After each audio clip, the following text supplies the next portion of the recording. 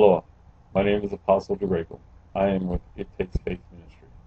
I'm using this media hopefully to reach the people that are necessary to help in aiding in a decision that is to take place starting tomorrow, the 28th, Thursday, and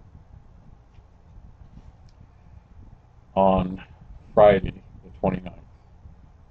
Let me start by telling you what it is. On a few weeks ago,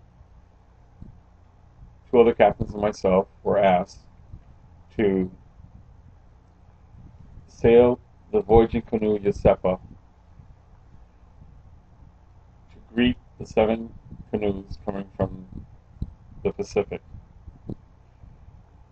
We were asked by the representatives of the Laie community, whom had asked BYU for the use of Isopea.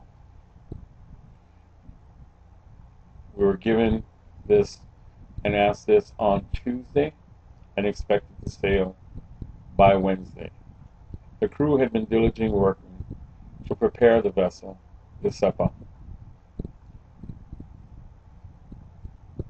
based on that we would get the go-ahead. When we did, we accepted and did everything we could, possibly, humanly possible, and left the rest in prayer with God. As an escort captain, I arrived on Thursday approximately 4:45 p.m.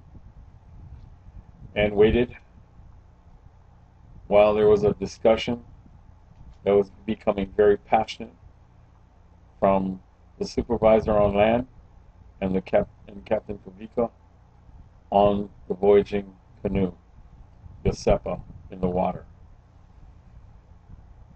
Eventually, we were turned and flagged off and sent back to Haleiwa based on the supervisor saying it was too rough. And if we had chosen to sail Isopea, the consequences would be rather harsh, even to the point of loss of job. We returned to Haleiwa approximately between 8 and 9. My crew settled in near 12 and was back in Haleiwa Harbor by 3:30, heading for Laie Pukilau Beach. We arrived approximately 6:30 a.m. on Friday to find the Isopea tethered off and the crew on the beach. Then we were informed that the voyage had been canceled, and this was done in a meeting somewhere in the middle of the night, and it was, by the best of my knowledge, 3 people who have no sea knowledge regarding the Isopea and the escort vessel and its capabilities. We were told the main reason for the canceling was it was not Pono, there was no aloha, and no respect. I was told this in a Laie community meeting by one of the people that made this decision, that they felt that they had made the best possible decision. And I'm here to say I agree, but not for the same reasons.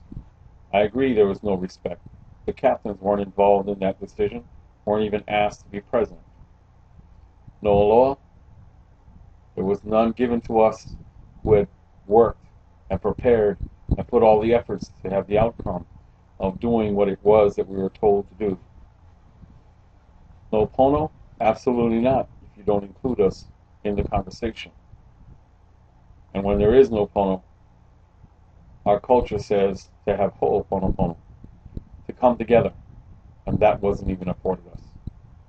No one called of these 3 people to stop the vessel as far as the escort vessel coming. And now even as though the captain followed the instructions.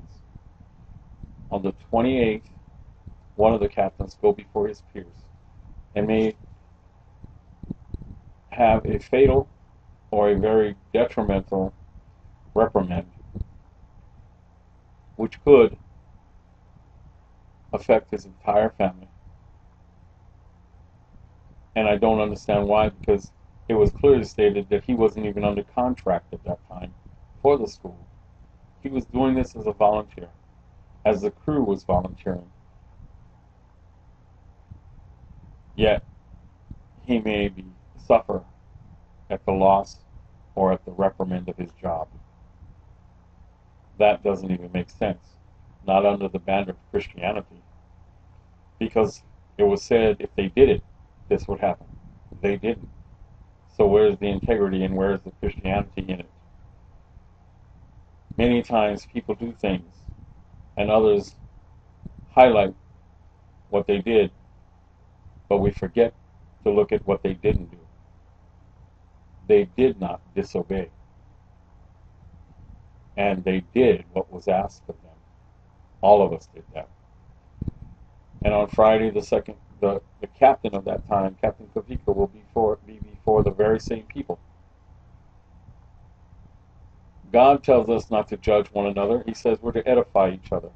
Do unto others as we would have them do unto us. What is it going to take for us to recognize as Christians this is not supposed to happen? We are to be the light onto this earth, the salt of this earth. Where is it that Christians coming against Christians is going to serve the public any Christ-likeness? We did what was asked. They did to their best of ability. And the challenge is to the leaders, knowing that yes, it is a school, yes, it is a community, but we are Christians first. And the Word of God demands that we treat each other as Christ would us. He told the people that brought the adulterer to them, he is without sin, cast the first stone. No one is able to do so. We all have fallen short, according to the Word of God, daily. These men are guilty of being passionate of their jobs. My real challenge is to see the passion of the people that had nothing to do with preparation or the sailing or the skills that it takes to do these things and judge us. This is not godly. I, to date, have not even received payment and have already paid off the debt. And now my family suffers. What is it that you're going to do about that? No one has contacted me. And if you're going to hold these men accountable, why not hold the people that canceled the event? They're the ones who lost the money. They're the ones who didn't see it through. Isopea has been a ministering tool all over, everywhere it goes, in the community and the outer islands. Ask the people of Molokai. On our last voyage, we cleaned the Lo'i fields in Alava Valley, the Ali fish ponds at the edge of the water, the wetlands where the nene goose is trying to make a comeback as an endangered species. People's land was cleared. We brought 2 people to Christ and fed homeless. How can people that go so far to minister and share their love for Christ, their church, their schools, and their community be held accountable while others who really sat in the middle of the night, as Judas did, coming against the very voyage? Let's hope that the next time you see me on YouTube, we will be able to rejoice that God is God and the outcome was favorable for the two captains involved. Mahalo and thank you.